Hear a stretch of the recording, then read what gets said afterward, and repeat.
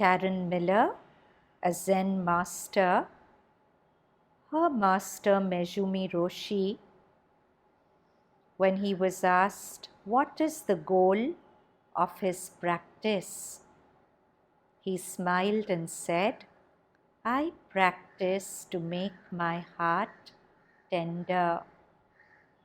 Such a beautiful goal for a practice. What is it to have a tender heart?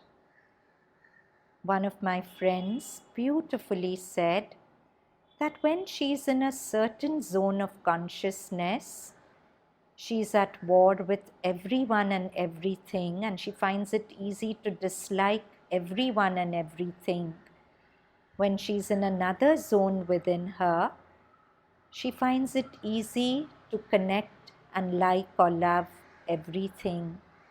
So the world is as it is.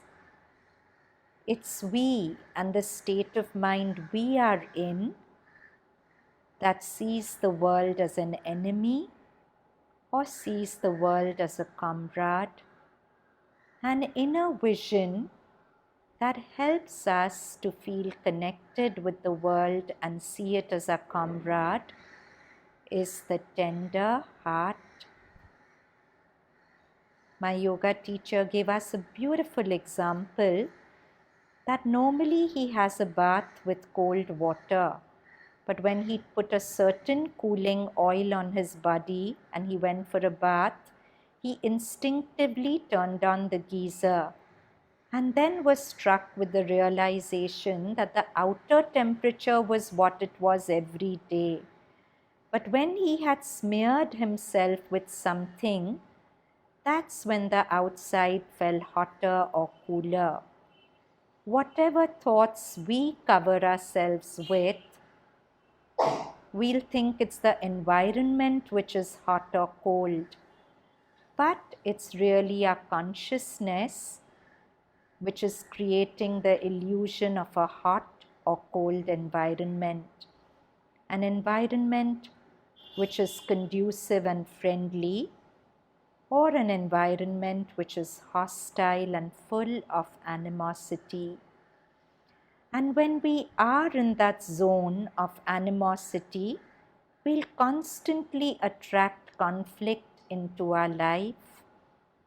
We saw this beautiful story of Pamela Bloom, where she got into conflict with a man who she bumped into on the road, and they were exchanging angry words till suddenly she was a practicing Buddhist. Her practice came to her rescue. She suddenly realized, what am I doing? This man is probably suffering as much as I am. I am destroying both me and him together. So against the thrust of her nature, she apologized to the man and everything shifted. At that moment, her tender heart came to her rescue. And if we practice to cultivate a tender heart at difficult moments in our life, this tender heart will arise by itself. So beautifully said that under any and every circumstance, spiritual wisdom is the only protection you ever have. If I've spent enough time absorbing this wisdom into my being, when the rubber hits the road, it will arise, delivering me from a heart that's full of poison to a tender heart.